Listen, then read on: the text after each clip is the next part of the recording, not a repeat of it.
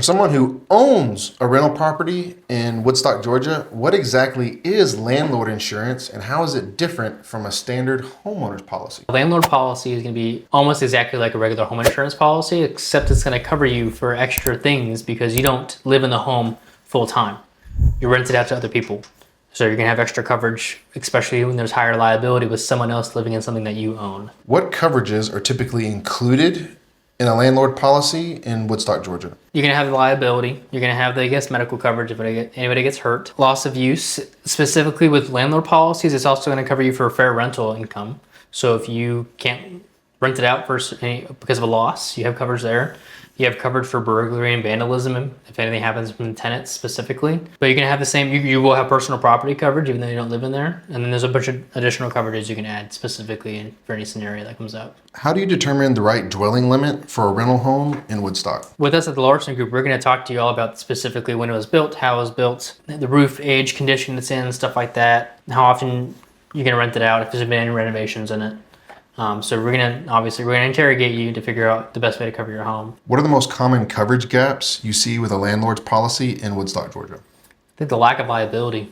If you're renting it to someone else, in Woodstock or Georgia or anywhere now, everybody wants to sue somebody, especially their landlord. So lack of liability is a very, very big thing. So how much would you consider is I'm guessing do you have a minimum you would suggest if depending on the amount of units that you're trying to insure? On a regular home insurance policy, even if you don't rent it out, I recommend $300,000 for a landlord policy specifically, and because there's a small price difference between the levels, if that makes sense. You pay a little more for a lot more. If you don't have an umbrella policy, $750,000, just something to cover you more than what you think you would need.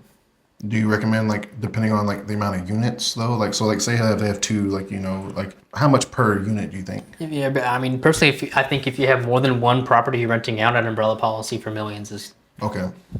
Highly recommended. Can you explain loss of rental income coverage and when it actually pays out? Yeah, loss of rental income coverage isn't going to cover if the tenant just does not pay their monthly, payment, or if they, break their lease and they move out. If the home were to hypothetically be unlivable, if it burnt down, or if there's water damage and the tenant could not safely live in the home, which means they also have probably a hard time making the money to pay you, you will have coverage to whatever the average rent would be for that area, you would make that money to cover any loss to you specifically financially. Okay, so hypothetically, if it burnt down, it's going to take 4 months to rebuild. Mm-hmm. Is it a requirement for the tenant to continue to pay, or is that something that just y'all would pick up? It depends because, if you tell them that they owe you money to keep paying, they might take you to court because they can't live in the home. It's not their responsibility to pay you for something that you're not providing them. Okay. So their renter's insurance policies would include, and if they had an agent to go through with everything, the renter would have their own loss of use coverage to cover hotel stays during the time that your building is being repaired. So they would have that coverage so they can focus on paying for their own stay while you focus on rebuilding it, but also not losing their income, which might be critical to you rebuilding the home. Okay. So would that something case by case basis on how that case by case, but it's going to play out based on the lease too. Okay. Yeah, depending on if the lease states it specifically, but renters should have loss of use coverage on their policy.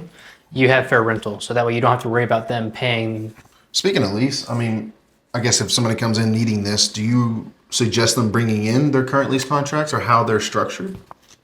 So landlord policies are pretty uniform in general. The biggest thing is liability. Lease specifically, I've never had anybody bring one in. It's not that complicated, if that makes sense, because it is your decision at the end of the day, how you want to cover your stuff and how open you want to be to losses. Because I can recommend you something, you don't want it, and then something happens. Or I recommend all the stuff you get it, something happens, and you're covered. But at least specifically, it's up to you and I guess your lawyer on how you type it up and have the tenant sign. But specifically on the topic of the fair rental, how it's stated in the lease wouldn't necessarily matter. Very interesting to know all that because they could have I've seen people just do contracts where it's sign here and there's a half a page and there's nothing on there. Yeah. So. Well, it also depends on the person reading the lease before they actually sign it. But if it was me and I rented, I would make sure I had the coverage for loss of use because if I can't live in it, either if it's an apartment complex landlord, and you have an extra room, you're gonna put them there, right? And then you're fine, but if it's a single house that they can't live in, you can't expect the tenant to pay you for something that you're not providing them. That makes a lot of sense. What liability risks should landlords be thinking about in Woodstock, Georgia? You got to make sure everything is up to code. You got to make sure that everything is A-okay and good to go before you rent it out to someone else. So making sure that you have, number one, coverage is important in the first place, but making sure that you have, any kind of liability loss regarding, like, let's say the stairs are broken, or if something is hanging on by a thread, or let's say, for example, the roof there's unrepaired damages that you are aware of. Those will open you up to liability that you can't avoid. Right, and I know a lot of places have like a fire inspection and certain things that you have to have done each year. So like if the landlord doesn't get that done, then something happens and I guess the insurance won't cover it. Depending on the verbiage and the terms that you sign. Okay. But with us specifically, we're going to do our best to make sure that we ask you all the things we need to know to make sure that you have the coverage for that. What are the common mistakes with landlord insurance in Woodstock, Georgia that cause issues during claims? Issues during claims, skipping out on certain things to save money, skipping out on certain coverages like burglary or vandalism, or maybe thinking, oh, I'm renting out to someone else. I want to make as much money as I can. I'm going to get the cheapest policy I can find. So I'm going to get lower liability. I'm not going to cover the home adequately when it comes to dwelling coverage. I'm going to get a really high deductible that I think I can afford now, but when it comes, I can't afford it. Makes a lot of sense, especially people trying to renting out. They're definitely trying to collect more, right? Does landlord insurance cover tenant damage in Woodstock, Georgia, like intentional vandalism or neglect? Intentional vandalism would fall under your vandalism coverage. Right, or burglary, for example, like if you're renting out the property and you give them a stove or a washer and dryer, right? And you go to do their move out inspection and you're missing your stuff. That's burglary. They stole your stuff. You have coverage for that if you opted in for it. Also, it's like an extra endorsement. It's an extra endorsement. Burglary and vandalism are two separate things. You can have one or the other or both or none. Are they cheap to put on? Do you suggest having them? For the risk of not having it, it's worth the price. It's not relatively expensive to add those. If you do remove those, most of the time we are going to let you know, like, hey, like from what can happen, it's probably worth paying the extra, I don't know, $50 a piece a year for those, $100 a piece. It's not very expensive at all relative to you losing your stuff, but it's not going to cover like wear and tear. It's not going to cover just the basics, like, the carpets need to be cleaned. Like that won't cover that. That's not intentional. It's just wear and tear. It's not going to cover anything that is not a sudden and accidental loss, if that makes sense, or malicious intent. In Woodstock, Georgia, what about water damage? Are burst pipes and leaks typically covered for rentals under the landlord policy? If it's sudden and accidental and you didn't know about it and it didn't accrue over years or months or days, then absolutely. I've seen it before where people have mold and like there's a leak and they can keep complaining and then finally something like the pipe bust and then they can't. Like the landlord won't cover it. Well, that's on the terms of the policy as well. Specifically, if you're aware of it and you let it go, it's not sudden and accidental anymore. You're avoiding the problem.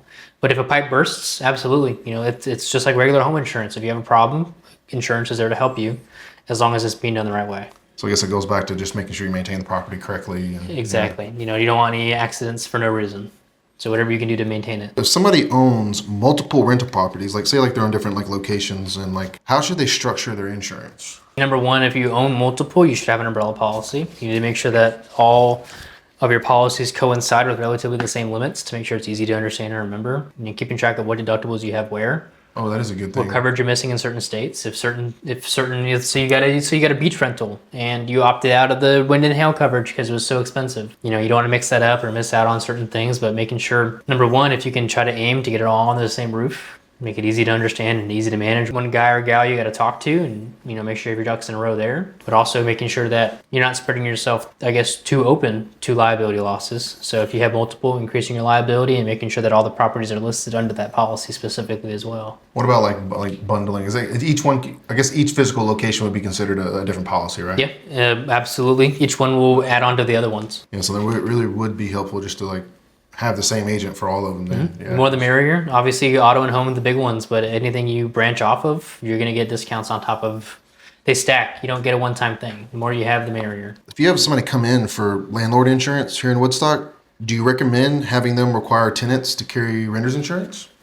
Absolutely. There's no doubt about it. Especially in Woodstock, renter's insurance is very important. Not only for their stuff, but for you as well. Because, it's, like I said, liability. If it's not your fault, it's their responsibility to repair their things. And if you're keeping all your ducks in a row and they fail, their responsibility to repair their things. But as the landlord, for a reason, is to make a profit. So don't put yourself in a spot to hurt Like, that. yeah, leave yourself So if open they have for their it. own coverage for their things, it's less for you to worry about. What factors influence premium for landlord insurance in Woodstock, Georgia the most?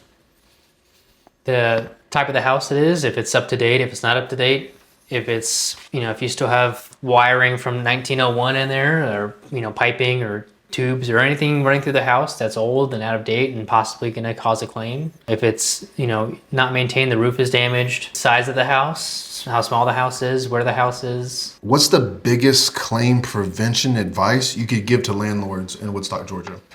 Claim prevention, do your walkthroughs once a year, once every 6 months, twice a year, once a quarter.